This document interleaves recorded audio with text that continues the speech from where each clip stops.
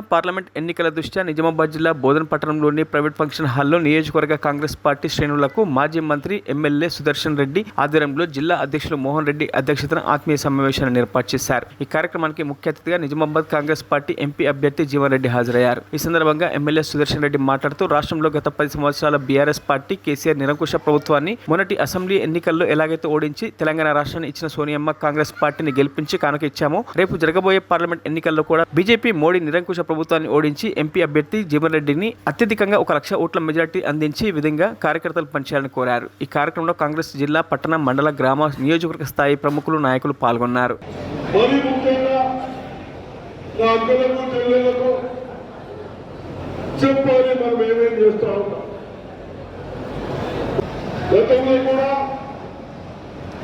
కనీసం జాబులు లేక మోడీ గారు ఇవ్వకపోయే జాబులు 2 కోట్ల సంవత్సరం కానీ ఇంటింటి ఉద్యోగం అని ఇంటింటికి బాధ్యత తెచ్చిపెట్టారు కేసీఆర్ గారు. ఇవన్నీ కలిసి మోపడైనా మన రేవంత్ రెడ్డి గారు రాహుల్ గాంధీ స్ఫూర్తితో, ధైర్యంతో మరి ఇప్పటికే 92%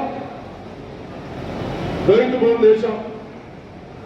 మీ దద్దమ్మ కేటీఆర్, హరీష్ రావు మాట్లాడుతూ ఉన్న దద్దమ్మ ద్వారా మీరు నా రైతులకు లోను మాఫీ అయితే మాఫీ లేక బ్యాంకింగ్ సిస్టమ్ అంత వ్యవస్థను నాశనం చేసేమో సిగ్గు లేకుండా మాఫీ చెప్పే అవసరం లేదు.